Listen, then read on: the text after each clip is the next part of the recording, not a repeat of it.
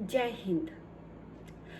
सरहद पर खड़े रखवालों को, तिरंगे की खातिर मर मिटने वालों को, मेरा तहे दिल से सलाम, मेरा तहे दिल से सलाम। जानते भी हो हम इसलिए चैन की नींद सोते हैं क्योंकि ये हर दम सीमा में पहरे पर होते हैं। जो आँख उठाता है दुश्मन तो ये वतन की हिफाजत के लिए अपनी जान भी खोते हैं। इन्हीं की वजह से आज सुरक्षित है हमारी सारी आवाम। इनको मेरा कोटि कोटि बार बार तहे दिल से सलाम, बार बार तहे दिल से सलाम। काम नहीं आसान, ये दिल पत्थर करना पड़ता है। कहीं शीतलहर, कड़कती धूप और कहीं तूफानों से लड़ना पड़ता है। यही नहीं, सब रिश्ते नातों से ऊपर अपने देश को चुनना पड़ता है। डरे नहीं जो चीन और पाक जैसे गद्दारों से, चाहे जो भी हो अंजाम। इन वीरों को मेरा कोटि कोटि तहे दिल से सलाम, कोटि कोटि तहे दिल से सलाम। आज मेरे लिए ये कहना कोई अतिशयोक्ति ना होगी कि अगर सही मायनों में कोई हीरो है तो हमारे देश के पहरेदार। जी हाँ, हमारे देश के पहरेदार। इतिहास इस बात का गवाह है कि जब जब देश में संकट के काले काले बादल छाए हैं तो हमारे वीर जवान, यही सुपर हीरो सबसे पहले सबसे आगे आए हैं।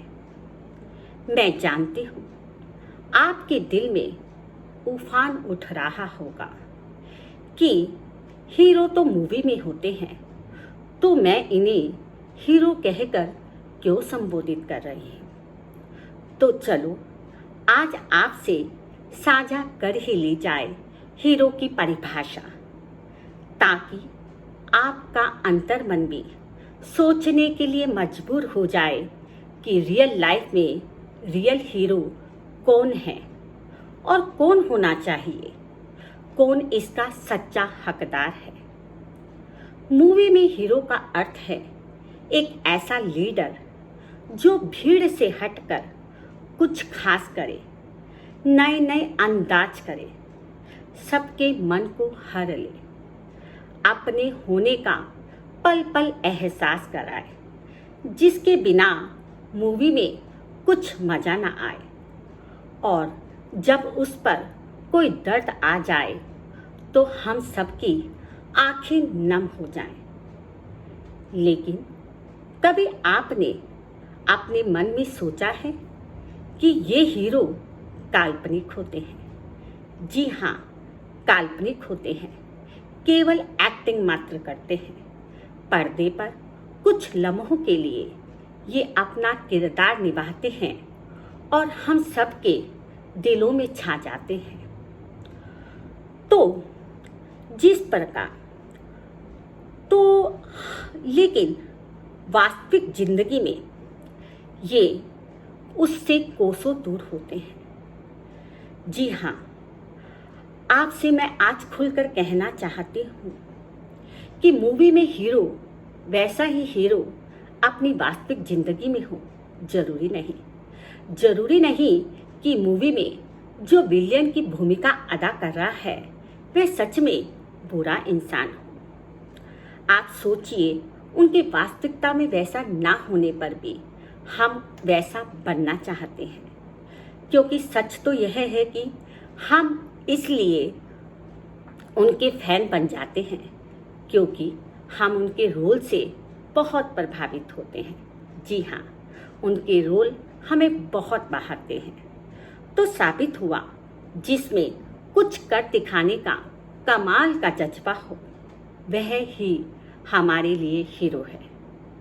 लेकिन ये हमारी महारत माता के बेटे, मिट्टी से बेपनाह प्यार करने वाले हीरो ऐसे हैं जो कोरी कल्पना से दूर और सच्चे किरदार निभाते हैं। करनी और कथनी में हम इन्हें एक सा हर मोड़ पर पाते हैं। ली गई शपथ को ये सच कर दिखाते हैं। यही वो हैं जिनकी मौजूदगी से हम अपनी अनमोल सांसों को गिन पाते हैं। ये तो वतन को रूह रूह में अपने दिलो दिमाग में बसाते हैं। अपने चमन से इतनी मोहब्बत करते हैं कि उसकी खातिर तो हंसते हंसते अपने परिवार को छोड़ मौत तक को गले लगाते हैं। ऐसा नहीं कि ये अपने परिवार से प्रेम नहीं करते, जी बहुत करते हैं। दूर रहने पर भी उनकी कदर भी बहुत करते हैं, लेकिन अपने तिरंगे की आन मान और शान की खातिर अपना सब कुछ उस पर वार देते हैं। परिवार क्या और अपनी जान क्या, सब कुछ, जी हाँ सब कुछ। मुझे याद आया एक किस्सा। एक फौजी से जब एक बार पूछा गया कि आपको क्या कभी आपके घर की याद नहीं सताती, तो जवाब में उत्तर क्या था, सुनिएगा ध्यान से। शायद आपका भी दिल मचल उठे इन्हें हीरो मानने के लिए। वे कहता है, मेरे भी कुछ चुनिंदा सपने थे, मुझ पर भी भरपूर प्यार लुटाने वाले मेरे कुछ अपने थे।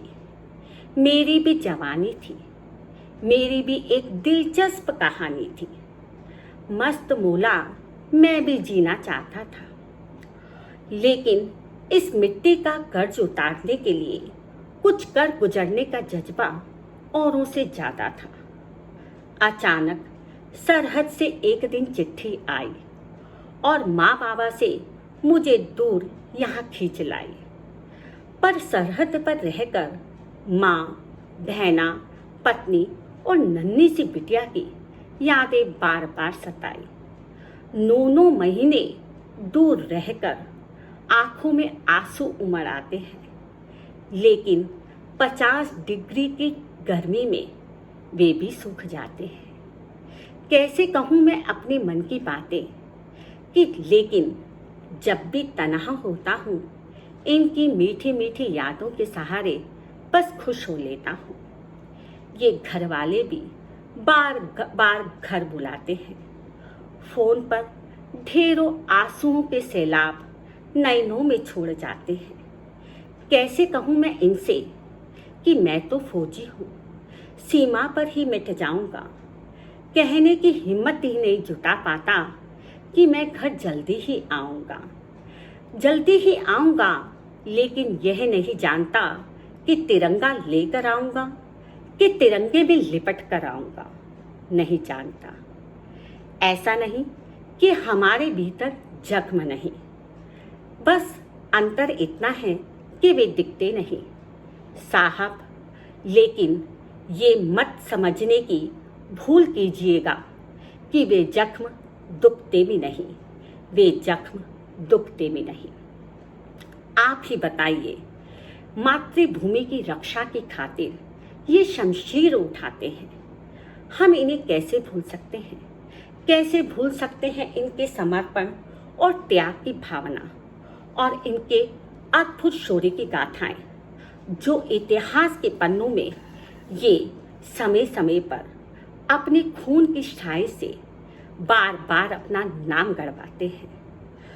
तो हुए ना सच्चे हीरो? आप क्या कहते हैं? सोचिएगा जरूर। मुझे ऐसा लगता है कि कुदरत ने बड़ी ही फुर्सत और खूबसूरती से इन्हें तराशा है। तभी तो एक जैसी वर्दी पहन लेने मात्र से एक ही व्यक्ति में कठोर अनुशासन, सेवा भाव, समर्पण की भावना, बुलंद हौसले, अद्भुत पराक्रम, एकता, समय की पाबंदी, कर्तव्य निष्ठा, कर्मठता, स्फूर्ति, ओजस्विता, इनमें सब कुछ कूट कूट कर भर दिया।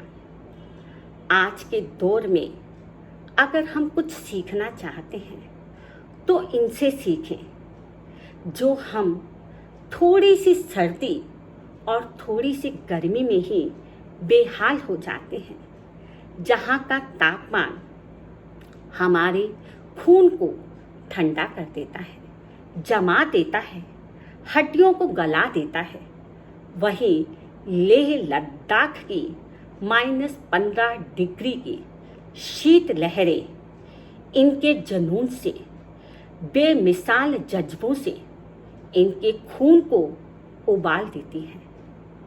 ये ऐसी अप्रतिम मिसालें हैं जिनके दम पर हमारा तिरंगा फक्र और नाज से लहराता है। इनके शारीरिक और मानसिक हौसलों का कोई मुकाबला कर ही नहीं सकता। इनके लिए तो मेरी वाणी क्या, शब्द क्या और लेखनी क्या, सब कुछ फीके पड़ गए। क्या नाम दूं इन्हें समझ ही नहीं आता। बस नतमस्तक हो जाता है मन इनकी विचित्र गाथाओं के सामने। आज हम और हमारे बच्चे अगर आतंकियों से बचे हुए हैं और अपने जीवन में खुशहाल हैं, तो उसका सबसे बड़ा कारण है कि ये हमारे वीर सुपुत्र सीमा पर हमेशा अपने प्राणों की आहुति देने को तैयार हैं। कभी समय मिले तो सोचिएगा जरूर कि ना कोई रिश्ता, ना कोई खून का नाता, फिर भी हमारे खून की कीमत ये अदा करते हैं। जन्म देने वाली माँ की तो क्या, इस धरती माँ को अपने खून से सींचते हैं। तो क्यों ना माने इन्हें हम अपने देश के असली हीरो। आप सबसे मेरा एक सवाल है। आपने पिछले 4 महीनों से महसूस किया कि हमारे समाज में नकारात्मकता की लहरें ऊंची ऊंची उड़ानें भर रही हैं, केवल और केवल एक छोटे से कीटाणु कोरोना वायरस के कारण। जन जन में ऐसा खौफ पैदा हो गया है कि कहीं हम इससे संक्रमित ना हो जाएं। अगर घर में किसी को खांसी या जुकाम भी हो जाता है तो पूरे घर में आतंक सा फैल जाता है, कहीं कोरोना पॉजिटिव तो नहीं हो गए। मैं और आप जानते हैं कि कोरोना हमें नहीं डराता। वास्तविकता तो यह है कि मृत्यु का भय हमें बहुत सताता है, बहुत सताता है। जबकि हम भली भांति जानते हैं कि इसकी रिकवरी भी होती है और 2% ही बुरा कुछ घटित होने की केवल आशंकाएं होती हैं। फिर भी हम डर जाते हैं, क्योंकि मौत का डर ही हमारे लिए बहुत हमें झकझोर देता है। यहाँ तक कि सोशल मीडिया में पॉजिटिव अवेयरनेस के बाद कोरोना से इतना बड़ा तनाव, इतना भय। तो आप जरा अपने अंतर मन के भीतर सोचिए, उससे जबरदस्ती प्रश्न कीजिए, अपनी आत्मा को झकझोरिए। जो वीर सपूत शहीद हो जाते हैं और उनके जाने के बाद रिकवरी जैसी कोई चीज नहीं, उनके परिवार का क्या हाल होता है, क्या हाल होता है उनके नन्हे नन्हे बच्चों का। इसी तरह एक फौजी जिसको सरहद पर पिता बनने की खुशी मिलती है, लेकिन वह अपनी खुशियों का इजहार करने घर भी नहीं जा पाता। और इससे भी बड़ी दयनीय स्थिति तब घटित हो जाती है जब वह कई बार घर पहुंचने की जगह जन्नत पहुंच जाता है। ऐसी ही घटना घटित हुई 17 जून 2020 को हाल में गलवान घाटी में, जहां भारत और चीन के सैनिकों की हिंसक झड़प में 20 हमारे वीर सपूत हंसते हंसते कुर्बानी दे गए। उन्हीं वीर सपूतों में एक शहीद पिता, जिसकी बिटिया जानवी केवल 5 महीने की थी। उसने अपनी बिटिया को देखा तक नहीं था, लेकिन अंतिम विदाई के समय अपने साथी को अपनी बिटिया जानवी के लिए एक संदेश देते हैं। क्या संदेश है, सुनिए। बेटी जानवी, तुम्हारे पिता का नसीब नहीं था इस जन्म में तुम्हारा पिता बनना। अपनी माँ और दादी से कहना कि मेरी यादों में अपने अश्कों को ना गिराए। मैं वादा करता हूँ तुमसे, अगले जन्म फुर्सत में तुमसे मिलूंगा और खूब खेलूंगा। माफ करना, ये जन्म मेरा वतन के नाम, ये जन्म मेरा वतन के नाम। इसी तरह बिहार के शहीद कुंदन 26 साल के 17 दिन पहले ही वे पिता बने थे। अपनी छोटी सी नन्ही सी जान को देख भी ना पाए और शहीद हो गए। इसी प्रकार एमपी के 21 साल के शहीद दीपक, जिनकी पत्नी की मेहंदी का रंग अभी छूटा भी नहीं था और वे अमर हो गए। इसी प्रकार राजस्थान के झुंझुनू क्षेत्र में एक शहीद की पत्नी, जो 9 महीने की प्रेगनेंसी को जी रही थी, वह क्या जानती थी कि उसे अपनी जान को, छोटी सी नन्ही सी जान को उठाने की जगह अपने पति की अस्थियों को उठाना पड़ेगा। इन सब दर्द को देखते हुए आत्मा किलस कर चित्कार कर उठती है कि कैसे शब्दों में इन दर्दों को बयां करें। चुगदाना मिट्टी से कुछ पंछी मुक्त हो गए। चुगदाना मिट्टी से कुछ पंछी मुक्त हो गए। फिर हमारी भारत माता के असली हीरो शहादत में सो गए। आंखों में ढेरों आंसू नीले अंबर में कहीं खो गए। अभी हम कोरोना और पुलवामा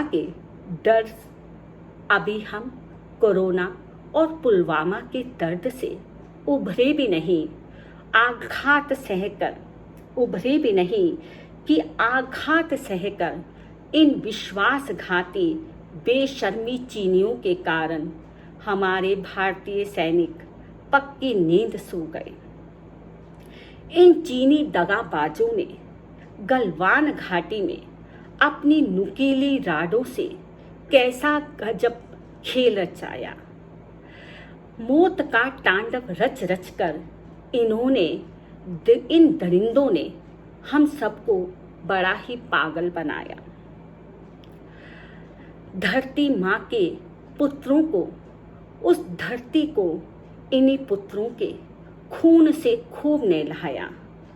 आज धरा भी फूट फूट कर रो रही और संग संग अंबर भी रोया। जन सैलाब की अश्रु धाराओं से जब इन शहीदों की शहादत को धोया। ऐसा लगता है कि जिस दिन ये शहीद हुए, ना जाने इनकी माँ और बीवी कैसे घर में सोई होगी। मैं तो बस इतना ही जानूं, वो दुश्मन की गोली भी इन शहीदों के सीने में जाने से पहले खूब कराह कराह कर रोई होगी। आप सोचिए, क्या इन वीर पुत्रों की शहादत का हम कर्ज मोल अदा कर सकते हैं? जी, कभी नहीं। इनके शहीद होने पर माँ के सीने में कैसे शोले दहकते होंगे कि जो आर्मी भर्ती के समय आधा इंच शरीर लेने से के कारण मना कर देती है, वही आर्मी पुलवामा अटैक में चिथड़े चिथड़े होने पर आधे शरीर को माँ को, उसकी माँ को कैसे वापस लौटाती है, किस मुंह से वापस लौटाती है। जिसका पति शहीद होता है उसकी पत्नी की मन में ज्वालामुखी की लावा कैसे ना फूटती होगी, जिसकी मेहंदी का रंग अभी सूखा भी नहीं। आंखों में दर्द लिए पिता मन में खूब रोया होगा, जिसने गलवान घाटी में अपने इकलौते पुत्र को खोया होगा। वह भारतीय सैनिक भी खूब रोया होगा, जिसने उसकी शहादत के समय धुन बजाया होगा। बहनों की आंखों से भी दर्द जोर जोर से बहा होगा और हाथों में राखी देकर उसने अपने भाई को फिर से उठने के लिए कहा होगा। इस दर्द भरी जिंदगी को केवल चर्चा मात्र कर लेने से हमारे रोंगटे खड़े हो जाते हैं, हमारा रोम रोम कांप उठता है। तो आप सोचिए, जिनके लिए कहानी नहीं, सच्ची कहानी, कोरी जिंदगी ही ऐसी हो जाए, क्या घटित होता होगा उस परिवार पर। आप जानते हैं, जब भी कोई जवान शत्रुओं को अपनी क्रोध की प्रचंड अग्नि से बुलंद हौसलों से हराते हैं और टाइगर हिल जैसे स्थानों पर अपना तिरंगा शान से फहराते हैं, तो उस जंग को जीतने की खुशी पूरा देश मनाता है। लेकिन उस परिवार का क्या, जो इस जंग में अपना सब कुछ हार जाता है। जी हाँ, उस परिवार का क्या जो इस जंग में अपना सब कुछ हार जाता है। अपने छोटे छोटे बच्चों की लंगोटियाँ, नन्ही सी बेटियों की चोटियाँ और चूल्हे पर सिकने वाली रोटियाँ, उसके लिए तो सब कुछ खाक हो जाती है। हमारी सरकार के लिए केवल 1, 2 और 20 व्यक्ति शहीद होते हैं, लेकिन उस परिवार की तो पूरी जिंदगी ही तबाह हो जाती है।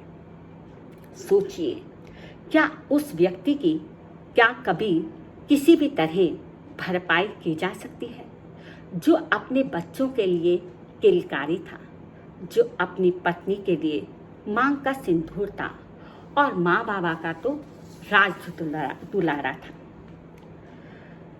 फिर भी ये हमारे वतन से प्यार करने वाले हमारे वीर सपुत्र क्या कहते हैं? कहते हैं कि हमारे दुश्मनों को माफ़ करना भगवान का काम है। हमारे दुश्मनों को माफ़ करना भगवान का काम है, लेकिन भगवान से मिलवाना हमारा काम है। अगर हम मिलवाने में असमर्थ हो जाएं, तो हम उससे खुद मिलने चले जाते हैं। ऐसा तो इनका दस्तूर है, ऐसा इनका दस्तूर है। लेकिन इतना सब कुछ होने के बाद भी मुझे एक विडंबना है कि जितना एक भारतीय सैनिक को सुख सुविधाएं प्राप्त होनी चाहिए, शायद उन्हें उतनी नहीं मिलती। हाँ, लेकिन सच है कि अब भारतीय सरकार इसके लिए कुछ प्रयास करने में जुट गई है। आप जानते हैं, फ्रांस में 11-11-11 कितना महत्वपूर्ण है, अर्थात 11 नवंबर को 11 बजे वहाँ पर पूरा फ्रांस 1 मिनट के लिए थम सा जाता है, अपने शहीदों की शहादत को याद करने के लिए। इसी प्रकार अमेरिका में एडॉप्ट अ ब्रेव कंपेनियन की क्रांति छिड़ गई है, जिसमें कोई भी जिम्मेदार नागरिक एक शहीद की ब्रेव को एडॉप्ट कर सकता है और उसकी जिम्मेदारी भली भांति निभाते हुए पीढ़ी दर पीढ़ी शूरता का परिचय देने में सहयोगी बन सकता है।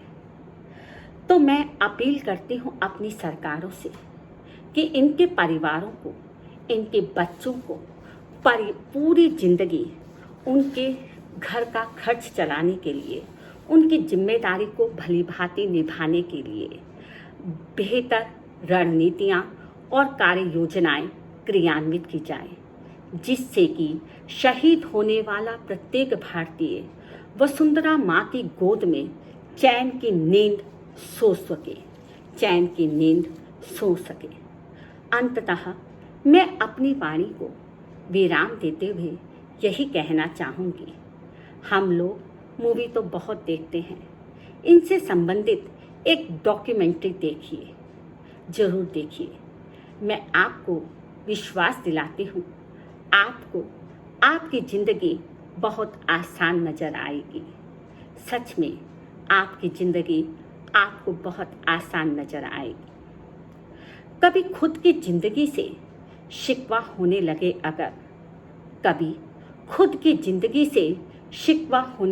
अगर तो एक फौजी की ज़िंदगी के बारे में सोच लेना। आपको आपकी ज़िंदगी बहुत ही आसान नज़र आएगी। जो खुद की सांसें दांव पर लगाकर पूरे देश की सांसें चलाते हैं, हर वक्त जान हथेली पर होती है, पर फिर भी हर पल सीना तान कर ये मुस्कुराते हैं। घने जंगलों में, ऊंची ऊंची पहाड़ियों में, उसकी चोटियों में प्यास और भूख से भी लड़ जाते हैं। जिन्होंने डर को हमेशा डराया है और अपने वतन के लिए जीना क्या होता है, ये इन सरहद के पहरेदारों ने हमें सिखाया है। तो अगली बार भूलना नहीं, कोई भी चुनौती तुम्हारा सुख चैन छीनने की जिद्दोजहद करे, कोशिश करे, तो सिर्फ एक बार किसी फौजी की ज़िंदगी के भीतर झांक लेना। आपको आपकी ज़िंदगी बड़ी से बड़ी मुश्किल छोटी नज़र आएगी। आपको आपकी ज़िंदगी आसान नज़र आएगी। आपको आपकी ज़िंदगी आसान नज़र आएगी, आसानी से कट जाएगी। वंदे मातरम।